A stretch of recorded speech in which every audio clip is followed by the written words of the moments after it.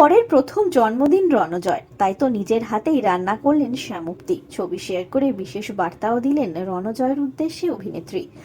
আপনাদের সবাইকে স্বাগত সিনে গসিপে। বন্ধুরা, অভিনেতা রণজয় বিষ্ণুর আজ জন্মদিন 22শে মার্চ।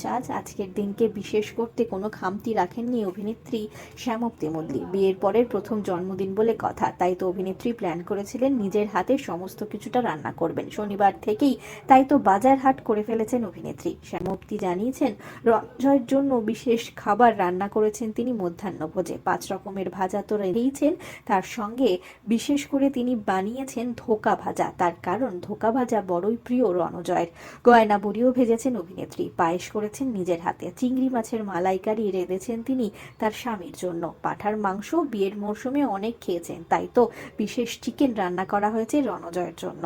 রণজয়ের মধ্যাহ্নভোজের বিভিন্ন মুহূর্ত শেয়ার করেছেন অভিনেত্রী শ্যামপ্তি। দেখা গিয়েছে শ্যামপ্তিকে পাশে বসিয়ে রণজয়কে কেক কাটতে বিশেষ দিনে।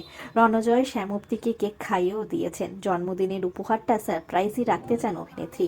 তবে এখানেই থেমে থাকেননি তিনি, জানিয়েছেন একটু ব্যস্ততা রয়েছে তাদের। শুটিং সামলে আবার বাড়ি ফিরে সন্ধেবেলা বন্ধুদের নিয়ে বসবে আসর, হবে খাওয়া দাওয়া আর আড্ডা।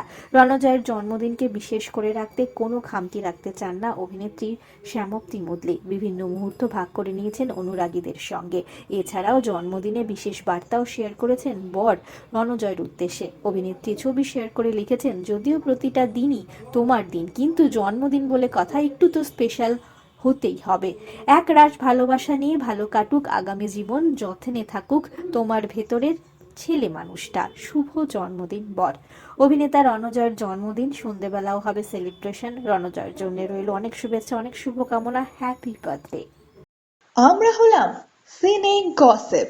জুড়ে থাকুন আমাদের সঙ্গে, সাবস্ক্রাইব করুন আমাদের এই ইউটিউব চ্যানেলটি।